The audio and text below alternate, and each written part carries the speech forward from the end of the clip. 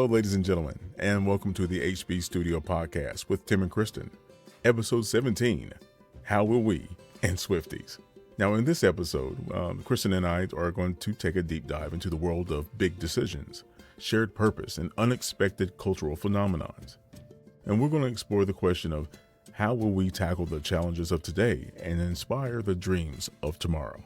Thanks for checking out the HB Studio Podcast. We hope you enjoy.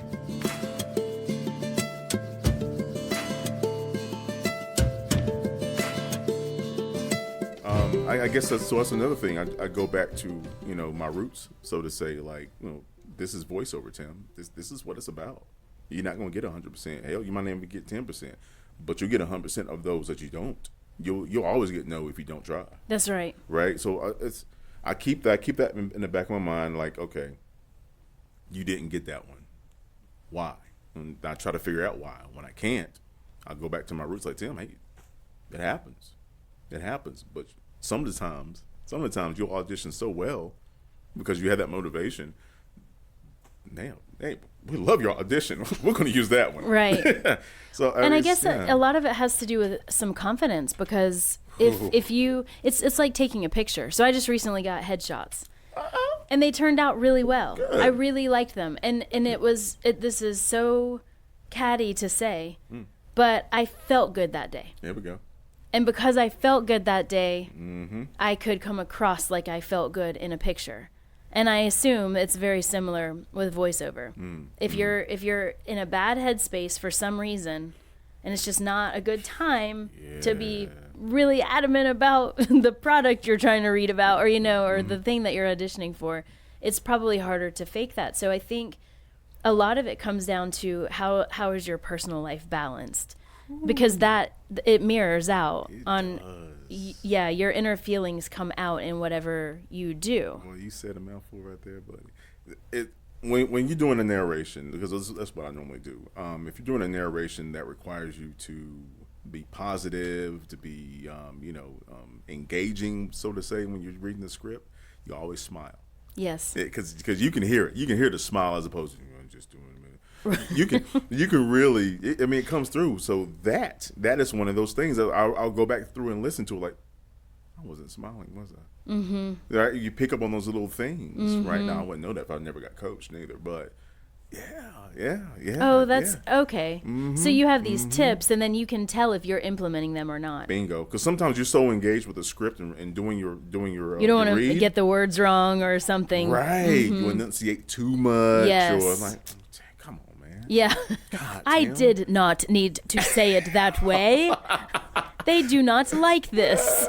Now, sometimes if I'm doing something like for the UK, then I'll need to do sometimes I'll listen to the old. You remember Doctor Who? Yes. I'll listen to some old Doctor Who just to pick up on the enunciation and the accent, so to say. So when I do the narration, I'm kind of like. Sometimes I'll get a UK gig sometimes, but. Oh, that's neat. You're an international man. Oh. I've noticed that when I hit a challenging time, I don't like to stay there very long because I don't feel that that's me through and through.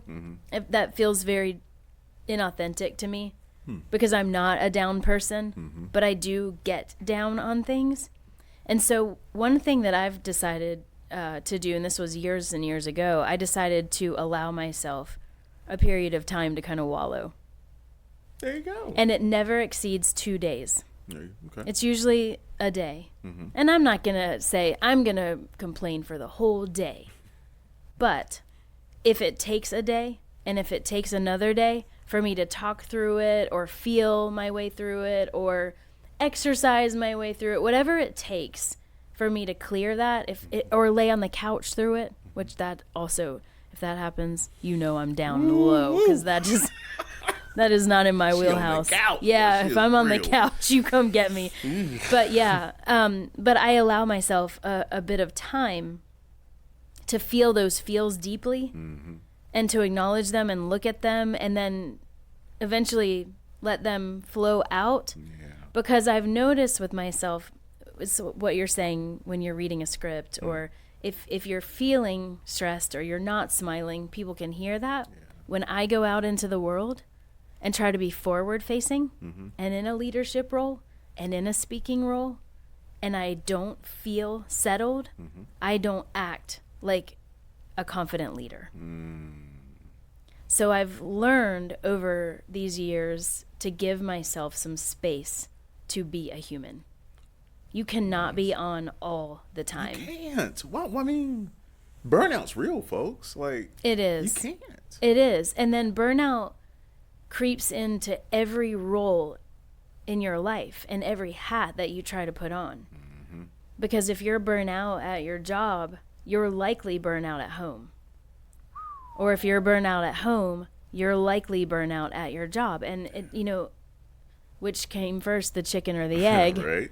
But it really creeps into all avenues. You're not being a good caretaker for your parents if you're burnt out. And then there's actually statistical information that backs that, too. Is there? I'd love to hear some of that. What bad boy? Well, yeah. And so I guess there's this place where you have to allow yourself some grace to rest. You owe it to yourself. You do. And for people like us, it's really hard to do that because we're always moving to the next thing. Man, facts. So what I envision is this, because we actually started talking about some of the things that we want to address. I think that if we're really genuine and show people where we're struggling or where we're thriving or where we would like to get better, there are going to be so many people that feel the same way. I agree. So I would love to almost pick out some pain points and how we get through them, and then share strategies with how that influences your business life and your home life and your personal life. I like it. Yeah. Yeah, because we got a lot of pain points, man. Well, yeah. I mean, we've lived through some things. Yeah, we have. And there's a lot more to come. Boy. Yeah. Right? I hope. Yeah. Heck yeah. Like this podcast. Yeah. Yeah. Yeah. Yeah. Interesting. Yeah, and everybody goes through this. If you're a working professional on any level, you're going through this. If you got out of bed, you're going through this. Exactly. There are a myriad of ways in which your day can get challenged. If you're a student, you're going through this. Absolutely. I'm talking like middle school, Yeah. Oh, geez. I don't know if we have talked about this or not, but I got to speak to the student body at Salem College. Wow. And it was really interesting because they asked me to talk to the girls about journaling. And I don't really know too much about journaling, truth be told. It's not something that I've been consistent at. I'll start it. I've tried it. Oh, okay. But I'm just not consistent. I'm actually better at like a to-do list, and then I check it off and crumble it up and throw it away. That's my journal. But, actually using paper and a pen or a computer or even dictation to get some things out is something that I could surely work on. And you think about students and what they're going through. It's theoretically a stressful time for a lot because you're figuring out your path. You're figuring out your future by what you're doing right now. And it never stops. That never stops. It doesn't. But they brought me on to talk about journaling. And so I was wanting to do my research and be prepared. And these are, late teens, like 18, 17, 20-year-old girls. And I walked in the room and, they're all looking at me like, who's this middle-aged lady anyway? And I was like, I'm really excited to talk to you girls about journaling because of what it can offer you, where it can lead you, how it can help you. And there are so many things I could say just off the bat, but before I even start, I just have to ask a question. It's a really big question, and I'm pretty sure no one's going to raise their hand when I ask this, but does anybody know who Taylor Swift is? How many Swifties were in there? Oh, everybody's a Swiftie in there. Come on. And so they all start laughing. And the reason I brought that up was Taylor Swift was bullied in school. I didn't know that. I didn't either. Huh? Really? She had a really hard time in school, I think, relating to other kids in her age bracket. And she felt a lot of those angsty feelings that middle schoolers feel, even elementary schoolers feel, high schoolers feel, adults feel. And she started writing them down in a journal. And then over time, her journaling practice got better and better and better and more cathartic for her because she was able to just pour her emotions out in a safe space on paper. And then they started making sense, and then they started being linear and telling stories, and then they started, lining up with rhythms and rhymes, and it had a start and an end, and that's how she started writing songs. And this gal is the most successful female recording artist? How many copies have she? I mean, Jesus Christ, millions upon millions upon millions. Yes. Streams, CDs, you name it. Yes. Do they even do CDs anymore? Well, I have some CDs. Okay. And I'm talking about the kind you listen to. Well, investing is important. Yeah, let's talk about investing. But she made a mega career out of sharing her internal dialogue. Now, I don't recommend that everybody do that if they're not ready for that, but journaling helped her become who she is. But if you go back to her early stuff, you can kind of follow her life. She was originally talking about parents, and she was talking about friends, and she was talking about then eventually boys, and then it became more about dating, and then long-term relationships. And you've grown. That's why she has such a following, is because people have grown with her. And I guess what I'm saying is, yes, we're all facing these feelings. From elementary school on, we're all facing feelings.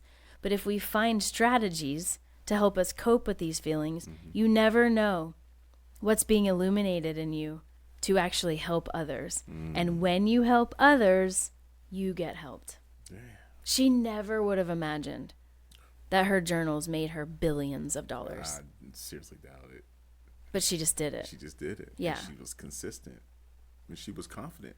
And she was confident. And what she was writing, she was writing about herself. I mean, who knows you better than yourself? You just got to put it down. And then like your script, you rehearse it, you learn it.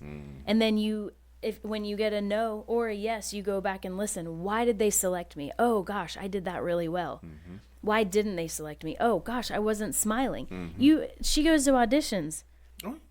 She's practicing, choreographing, rehearsing, collaborating all the time, and that's why she has a polished product. Bingo. And so I believe that that's what you and I can do. Yeah. I totally understand. Absolutely. Yes. Illuminating pain points to help others. Yeah. Failure is a pain point, and we failed a lot in our life.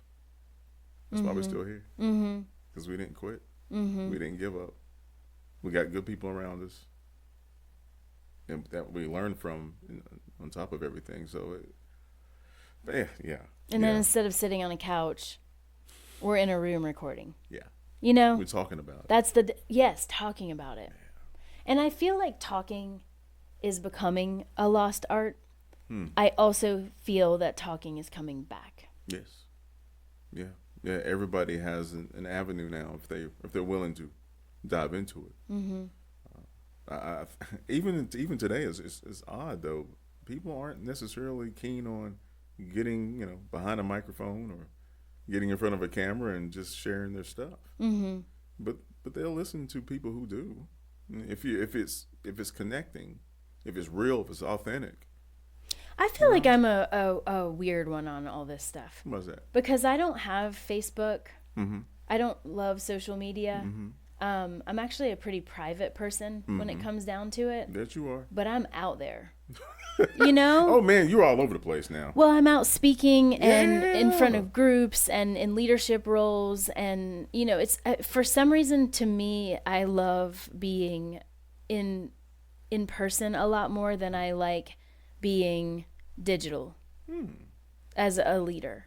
And I think there's huge room for improvement on that. Because I think if you can be both, you're speaking to a wider audience. That's exactly what I was going to say. But that's why I need a you, because I don't feel confident in the digital realm. It's not that I don't feel confident being on a microphone or being on a video. Oh, no, you're comfortable as hell.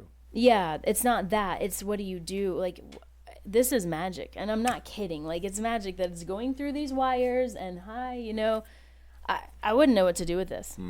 I'd have no clue what to do with it. You can do both. You're very good in person. You're very comfortable in these mediums, and then you also are comfortable behind the scenes. You're very multifaceted. I am.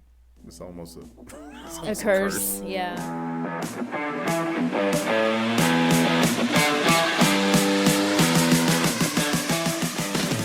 The HB Studio Podcast is brought to you by the historic Roy Hill in Clemens, North Carolina. The opinions and thoughts presented on this podcast are that of Kristin, Tim, and their guests alone. Our goal is to bring positive motivation through real-life experiences and training as business professionals. Thank you for listening.